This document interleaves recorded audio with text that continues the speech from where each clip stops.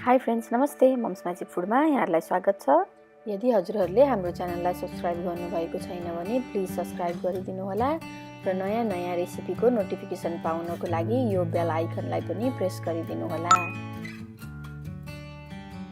आज मैले यहाँहरूलाई चिया मसला बनाएर देखाउन जाँदैछु। यो चिया मसलाको रेसिपी मेरो एकजना भ्युवर गीताजीले रिक्वेस्ट गर्नुभएको छ। गीताजी, तपाईँले भनेको चिया मसला मैले यसरी बनाएर देखाउन जाँदैछु। आशा छ यहाँलाई अवश्य मन पर्नेछ।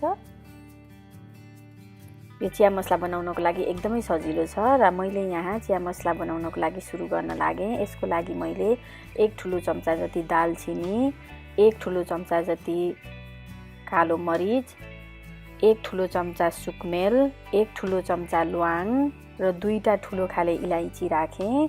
र यहाँ मैले यो अलरेडी पिनेर राखेको अदुवाको धुलो लिएको छु। यो अदुवाको धुलो चाहिँ तपाईले कुनै पनि शपिङ सेन्टरहरुमा पाउन सक्नुहुन्छ।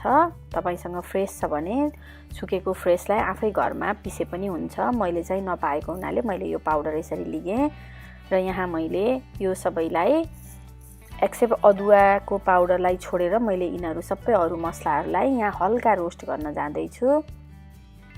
यो सबैलाई एउटा प्यानमा राखौं। हामीले यसलाई धेरै बेर फ्राई गर्ने चाहिँ होइन। यसलाई लगभग 30 सेकेन्ड यसको हल्का बास्ना आउने गरी मात्रै हामीले यसलाई ड्राई रोस्ट गर्ने हो।